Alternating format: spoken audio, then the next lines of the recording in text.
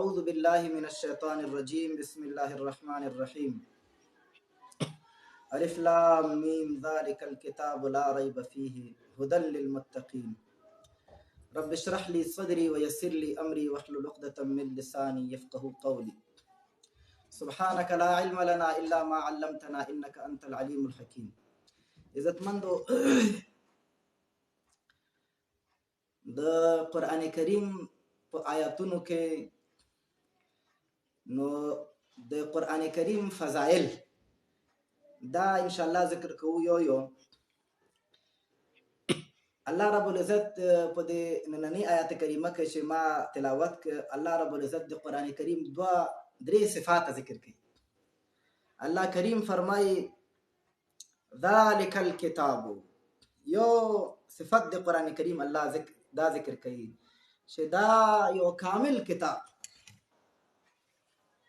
عزتمند یو انسان تر هغه کمال درجه انسانیت ته رسیدای نشي چې هغه دا کتاب لاس کې وانخلي، دا کتاب یاد نکي، په دې کتاب عمل ونکي. دا انسان که ډېر د بشر دوستۍ دعوت کوي خلکو ته چې زه دعوی کوي چې زه بشر دوست یم، زه چې د هیومنسټ یم، هیومنزم انسانیت انسان پرستی، چې زه انسان ته قدر عزت لرم، دا چې دا صحیح انسان جوړېدی نشي. ځکه اصل کامل انسان چې دا جوړېدی شي هغه په دې چې د الله کتاب قرآن مجید دا لاس کې واخلي. دویم صفت الله رب العزت د دې قرآن کریم دا ذکر کوي چې لا ریب فیه، دا داسې کتاب دی چې د شکوکو د شبهاتو نه خالی کتاب دی. دې کې کوم شکوک او شبهات څوک نشي پیدا کولی او تر اوسه یې نه دي کړي، تر قیامته پورې به ونه کړي. نو د دې وجې نه دویم صفت د دې قرآن کریم دا دی چې لا ریب فیه، دا د شک نه خالی کتاب دی.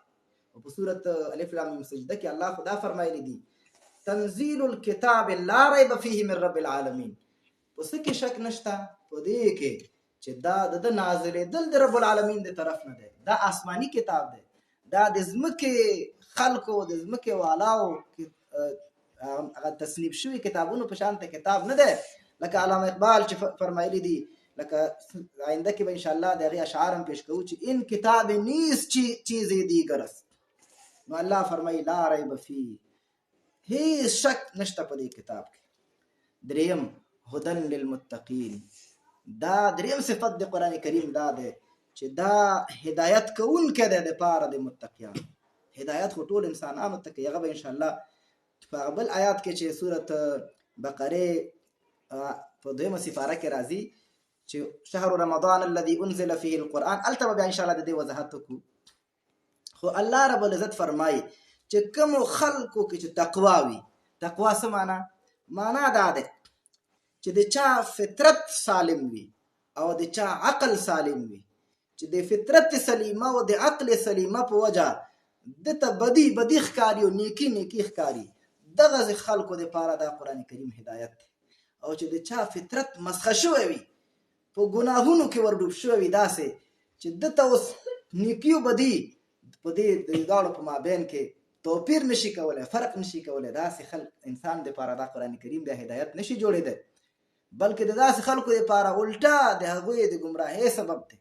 ځکه هغوی دا خلک چې د دوی نیکي او بدي پېژني نه، دوی فطرت خراب شوی دی. نو الله رب العزت فرمایي چې دا د هدایت کتاب دی. کوم انسان چې قرآن کریم وانخلي او قرآن نه هدایت طلب نکي، بل ځای کې د انسان ته هدایت نشته.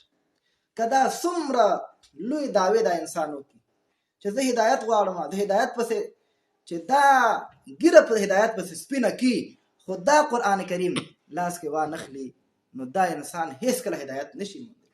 الله رب العزت فرمایي چې یوازینی کتاب هدن للمتقین، ګوره هدایت کتاب چې دی همدغه قرآن کریم دی. قرآن نه سوا په بل کتاب کې حدیث پاک کې راځي، نبی علیه السلام فرمایي چې من ابتغى هدا، چا چې هدایت ولټولو بغیر د دې نه په نورو ځایونو کې اضله الله، دا انسان به الله پاک څه کي ګمراه کي، چې څوک د قرآن کریم نه علاوه بل ځای کې هدایت لټوي. نو یوازینی د هدایت کتاب دا کوم دی؟ قرآن کریم. نو درې صفاته د قرآن د عظمت او فضیلت باره کې د آیت کریمه کې الله موږ تاسو له ذکر چې ګوره دا کامل کتاب دی. یو کمال ته ګوره ځان رسول غواړي نو قرآن کریم به لاس کې راخلی، که غواړي چې کامل انسان در ځان نه جوړ کړي. دویم لا ریب فیه، د شکوک و شبهاتو نه او د شهواتو نه خالی کتاب دی. او هدن للمتقین، دا هغه کتاب دی چې څوک هدایت پسې ګرځي لار ورکې دی دنه لار ورک شوی دی نو ګوره دا قرآن کریم راواخلي دته لار ښایي په هر ډګر کې، په اجتماعي ډګر کې، په اقتصادي ډګر کې او په سیاسي ډګر کې، په اجتماعي ژوند کې، په انفرادي ژوند کې، هر هغه څوک چې د هدایت پسې ګرځي هغه قرآن کریم راواخلي دا به انشاءالله هدایت